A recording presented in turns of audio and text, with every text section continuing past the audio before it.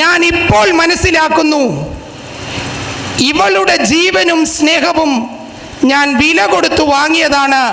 അത് മറ്റാർക്കും വാങ്ങാൻ കഴിയാത്ത ഒന്നാണ്. ജീവിതത്തിലെ പ്രതിസന്ധികൾ ബന്ധങ്ങൾക്ക് പുതിയ മാനം നൽകും.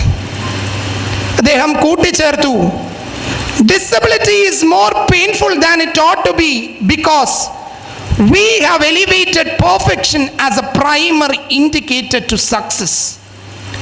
വൈകല്യങ്ങൾ അനുഭവിക്കുന്നതിനേക്കാൾ വേദനാജനകം പൂർണ്ണതയാണ് വിജയത്തിൻ്റെ അടിസ്ഥാനം എന്ന് നാം ചിന്തിക്കുന്നതാണ്.